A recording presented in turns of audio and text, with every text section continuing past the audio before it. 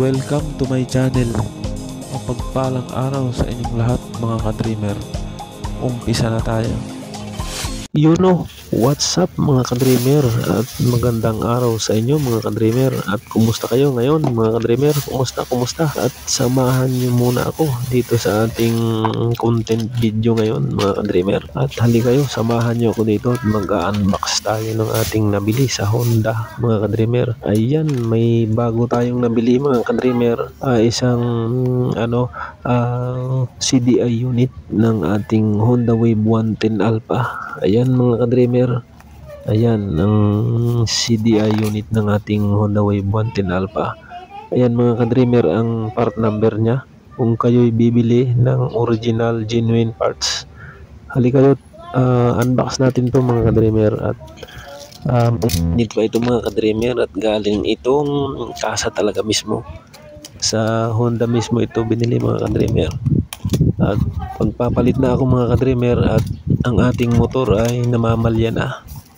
Palyado ng mga ka-dreamer, palyado ang kuryente. At ang sira na kuan ko talaga, ang na-detect ko ang sira, CDI mga ka-dreamer.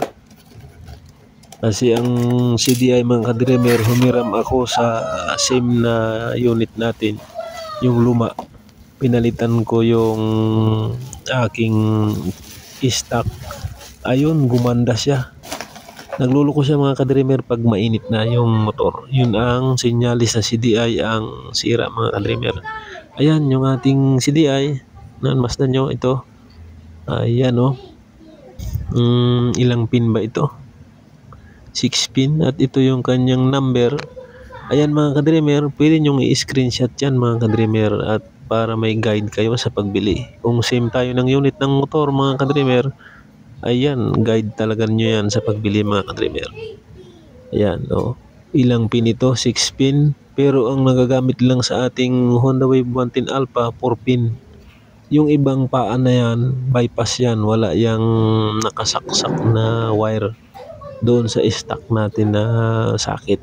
4 lang ang gumagana dyan mga ka-dreamer. Yung dalawa, hindi man, walang nakasaksak. Ayan. At may pampalit na tayo sa ating namamalya na motor mga ka-dreamer. At kasabayan pala nito, sinabay ko na rin, bumili na rin ako kasi may natagas na lang is yung ating head cover. Ayan, yung mounting rubber na dalawa, at yung kanyang bolt, head cover bolt mga ka-dreamer. At nakakasawa na maglagay ng seal pagka nagbubukas ang head. Ayan, kaya bumili na ako ng genuine galing Honda. Mas maganda ang genuine mga ka-dreamer. Talagang kung ano mismo yung kinalas mo, same na same siya mga ka-dreamer na ipapalit. Saka yung quality, yung tibay, compare mo sa aftermarket mga ka-dreamer, ay walang binatbat ang aftermarket. Genuine talaga siya mga ka-dreamer. At sa Honda kayo bibili talaga mismo. Yan, dalawa siya mga ka-dreamer, dalawang bolt, dalawang mounting rubber, yung washer na rubber. At ito, pakita ko sa inyo ang resibo galing Desmark Corporation, yung Honda mismo mga ka-dreamer. Ito, magkano nga bili ko sa ating CDI. Ayan yung ating CDI. 1,000 yan, 1,000 mahigit, 1,850 mga ka-dreamer.